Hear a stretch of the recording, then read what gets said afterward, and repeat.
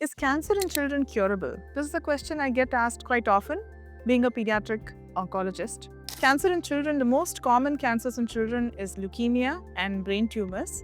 And yes, leukemias are definitely curable, especially certain varieties or types of leukemia called B-ALL, if it is standard risk or intermediate risk or low risk. Apart from this, leukemias in children like T-ALL, JMML, these are also curable to a large extent, especially if these patients they receive the right kind of chemotherapy under the right setting, as well as if they undergo bone marrow transplantation. The advantage in cancers in children or treating cancers in children is they are able to tolerate much higher doses of chemotherapy with very minimal organ toxicity, and they're also able to tolerate bone marrow transplantation, which is quite an extensive procedure, which is usually difficult for adults to tolerate.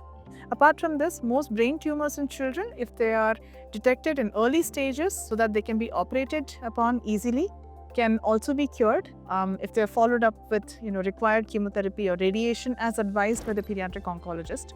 Other than this, Wilms tumor or tumors in the kidney from children, certain bone tumors like osteosarcoma, Ewing sarcoma, especially Ewing sarcoma, all of these, if they're picked up in stage 1 or stage 2, are definitely curable cancers. And as I mentioned earlier, children are able to tolerate higher doses of chemotherapy, and hence most of these tumors or cancers are definitely curable.